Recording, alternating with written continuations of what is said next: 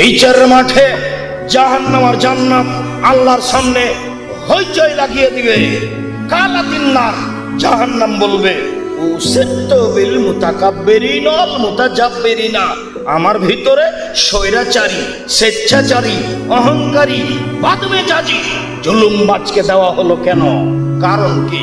প্রতিপালক আমার ভিতরে স্বৈরাচারী, স্বেচ্ছাচারী, বদমেজাজি, জুলুমবাজ, ক্ষমতা দেখিয়ে মানুষকে জেল হাজতে দেয়, এরকম জুলুমবাজকে আমার ভিতরে দেওয়া হলো কেন?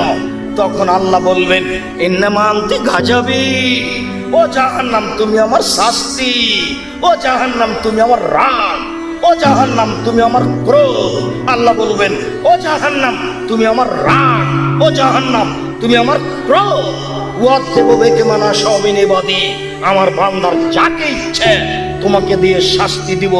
এই জন্য তোমার ভিতরে দিয়েছি স্বৈরাচারী, বদমেজাজি, অহংকারী, জুলুমবাজকে। দলীয় দাপট দেখিয়ে যারা মানুষকে জেল হাজতে দেয়, তাদেরকে ক্ষমতা দেখিয়ে মানুষের জমি দখল করে, এক জমি 7 বার বিক্রি করে, ক্ষমতা দেখিয়ে মানুষকে নিঃস্ব করে ছাড়ে, এইসব জুলুমবাজকে, এইসব ক্ষমতাবাজকে আমি জাহান্নামে শাস্তি দিব। তাই তুমি হচ্ছ আমার রাগ, তাই তুমি হচ্ছ আমার গজব। আমি যা বলছিলাম